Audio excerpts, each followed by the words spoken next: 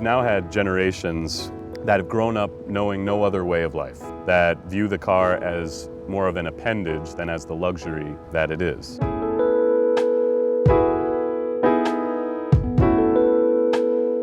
We divided our community up and we made roads large for cars.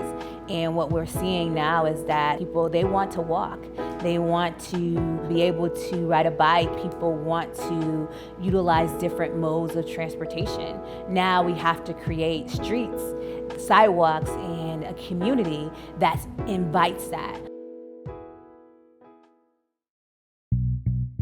In the 1940s, post-World War II, Americans were buying a lot of cars, building roads to accommodate them, and New York State had a plan to build a thruway, which included creating arterial roadways that would go through cities and alleviate the traffic congestion that was developing within the cities, but also to connect to the thruway as it was being developed. You can understand how city leaders may have said, we're not going to be able to compete. This is going to choke the life out of our city. We need to figure out how to get these cars out of here. And then the city came along with its own plan for an inner loop as well as an outer loop, and these roadways that would sort of be part of this larger statewide highway system. They also wanted to compete with the suburbs, especially in cities like ours. They saw that suburbanization was going to be unstoppable, and they felt that they had to make changes in the city to compete with that. Unfortunately, maybe that wasn't as well thought out as it should have been. As it was originally conceived, the inner loop took 13 years to build. It started in 1952 and was completed in 1965, at which point they started adding on to it, and the final version was completed in 1974 with connections to 490 and then the New York State Thruway. From the accounts that I've seen, I would say about 400 or 500 properties were affected by the inner loop. Homeowners and business owners in its path were not thrilled to have to relocate and have their homes and buildings demolished. And I think that is probably one of the darkest sides of the construction. When the inner loop was built, I was around 12 or 13. It was in the early 60s. The reason I remember it so vividly is because my dad and my uncle's office was standing where the inner loop was going to be built, and they had to take the building in order to build the overpass on Main Street. I remember the day we had to move out of there. They were coming to start to build the inner loop, and they took the building down and they took everything around it down, and they changed the whole way the place looked. You know, it just wasn't a neighborhood anymore. It was all of a sudden, it was this big highway right in the middle of things. So it was a beautiful area, it really was. And you know, they just tore it all down. There's no question that we disrupted communities. And so while we made the city more accessible to people coming in from outside, we harmed the people that were here.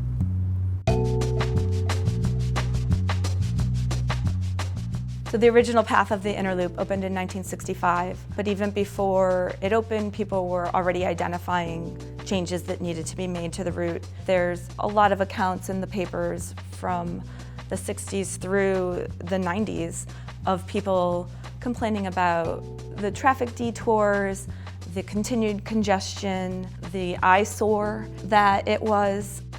From the accounts I've seen, it wasn't really until the 90s that serious consideration was given to altering it in a drastic way, either filling a portion in, possibly elevating or sinking other sections.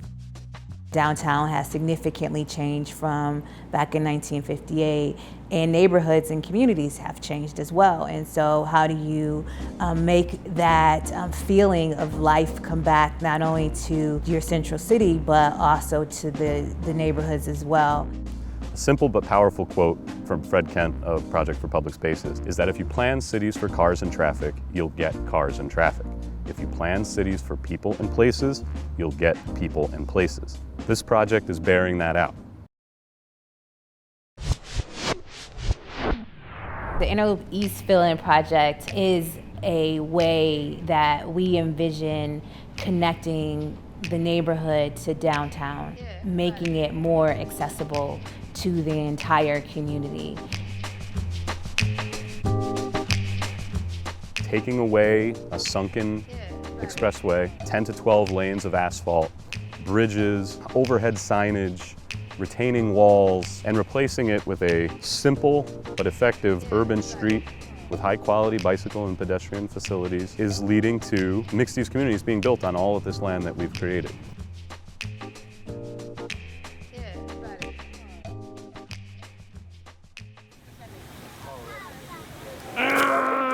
How was school today? I'm in the pumping heart of downtown, which is a good feeling. Anything that goes on down here, like free events, which is a few of them, and I'm in the heart of it. And I love it. I love it here. When they have the ice skating rink here in the wintertime, I'm loving it. We're about 100 yards from the area where they have filled in the inner loop. We chose to move down here because we do a lot of things in this part of downtown. We're near a lot of the action we like to, the Little, the RPO, the Jazz Festival, the Fringe Festival, lots of eateries, the museums. It's a great place to be. Before the inner loop was filled in, it appeared to be almost like a moat. So even if we would walk to, say, the, Spot Coffee or Little Theater or something like that, before it was filled in, you really had to, you had to do some work. And it was not a pleasing sight before it was filled in. It used to be separated, and I never knew what was going on across the street. So now I have neighbors that I say hi to on a daily basis. And we're saying hi, and I'm like, how long have you been living here? So now that it's filled in, you see more people walking across, engaging in the business and in the restaurants and things on the other side. So I think it's building a little bit better neighborhood and community. We need a place where things from one part of the city blend into another and are not so clearly demarked from one another.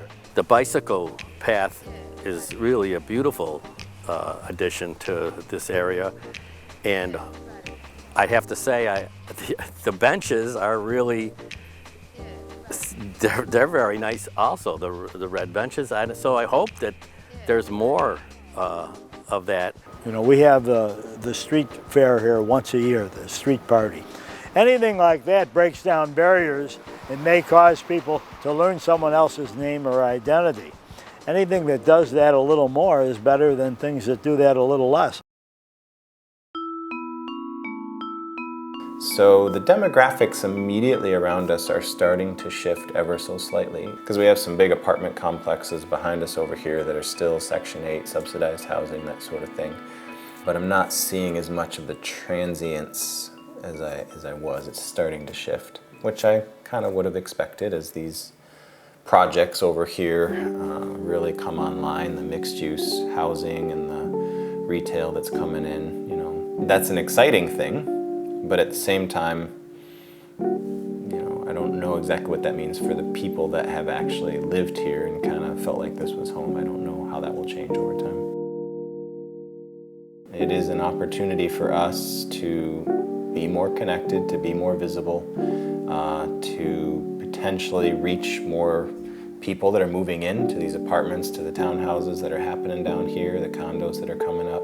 That inner loop really just kind of made us feel like we were kind of on the other side of the tracks almost, so to speak, sometimes, to now feeling so connected and so kind of built right in there.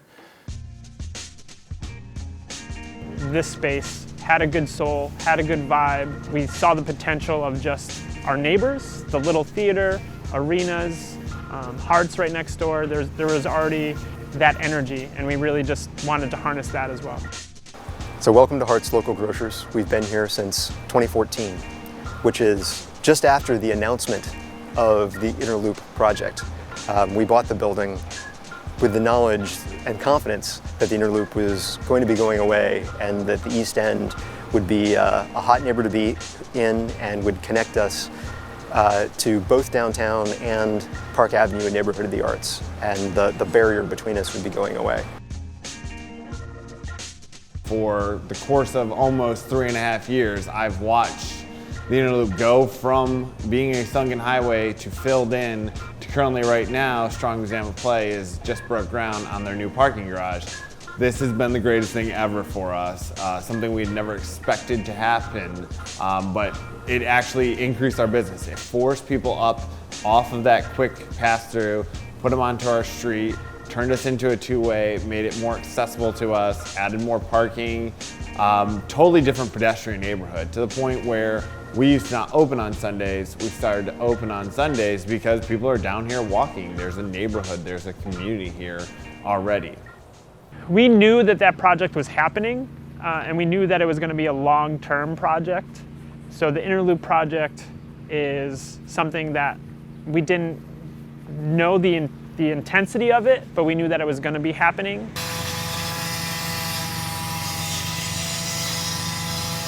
Another day on the loop. Without the Inner Loop, it's blending together. The East End is really becoming part of that downtown neighborhood, contiguous with Park Avenue and Neighborhood of the Arts. Since the time that we've been here, the neighborhood has changed immensely. Charlotte Street, there was no apartments on it when we opened.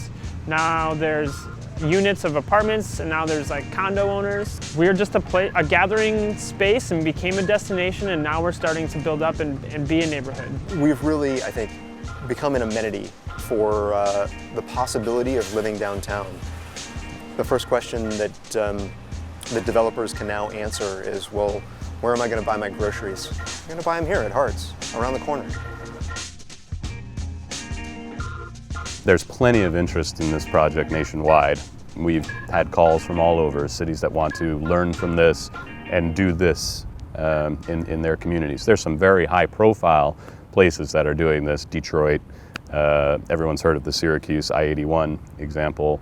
We just had a call from Flint, Michigan the other day. They're going to send a contingent here to talk to people and see what we've done. And of course, we still have more work to do. There's more Inner Loop.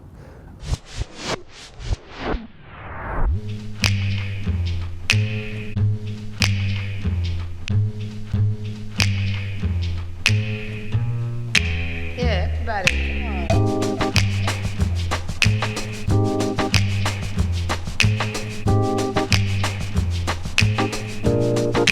Yeah, everybody. I'm gonna run. I still got 2 more errands. You're addicted to errands. Well, Thank you, if you're Chef. going, it's always useful to know what you have to take care of.